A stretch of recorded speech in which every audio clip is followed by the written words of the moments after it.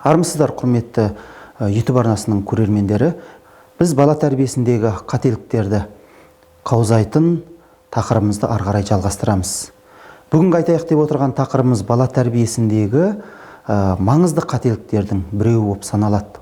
Айналамыздағы қоршаған ортаға көз салсақ, әлде бір керемет мұғалім болатын адам, педагог болатын тұлға мына жақта ғылыммен айналысып жүреді. Немесе керемет химиялық зерттеулермен айналысқысы келетін, айналысатын ғалым мына жақта сабақ беріп жүреді, қарапайым мектепте.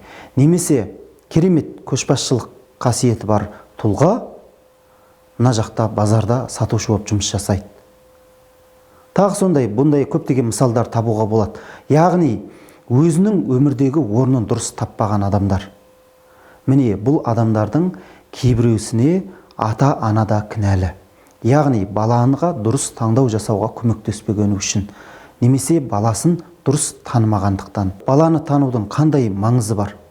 Яғни бізге ұмыт болған бабаларымыздан қалған жақсы өнерлеріміздің біреуі осы адам тану деп аталатын еді.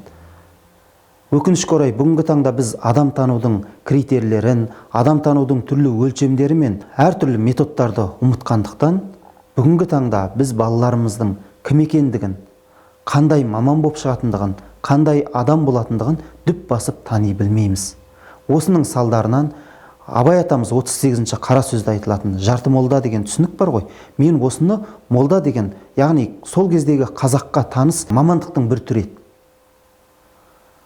Сондықтан да мен бұны жарты маман деп санаймын. Яғни кәсіби, бүгінгі тілмен айтсақ, кәсіби біліксіздік мәселесі. Міне осы ұбт тапсыратын кезде, балалар бір өміріне таңдау жасайтын кезде, ата-аналар өзінің менін оздыру арқылы, сен осы мамандықтан керемет өмір сүресің, осы мамандықта жүрсең жалақысы жақсы болады, осы мамандықта ақшаны көбірек табуға болады деген сияқты материалдық түсініктермен таңдау жасалғандықтан, баланың өмірінде өзінің орнын таба алмау деген өте үлкен қасіретті жағдай орын алады.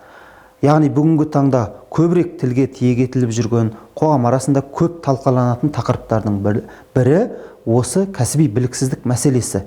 Бұл енді әр салада барлық маман осындай деп айта алмаймыз, бірақ әр салада бар мәселенің біреуі.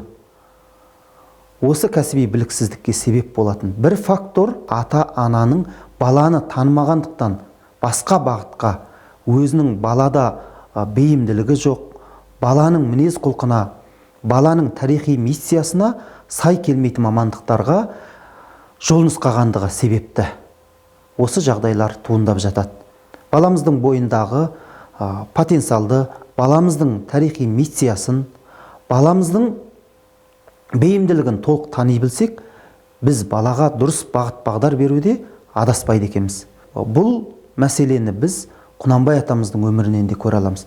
Яғни жеті ұл, мынау Абай атамыз айтатын еді, атадан алтау деп. Бұл енді аллитерациялық ұйқас үшін алғаны болмаса, жаңағы дыбыстық а-мен басталатын.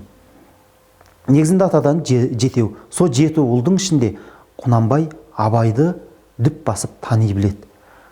Бұған дәлел ретінде айтатынымыз, мынау Абай жолы эпопеясында қайтқанда бөлімінде, яғни бірінші томның бірінші тарауы ғой.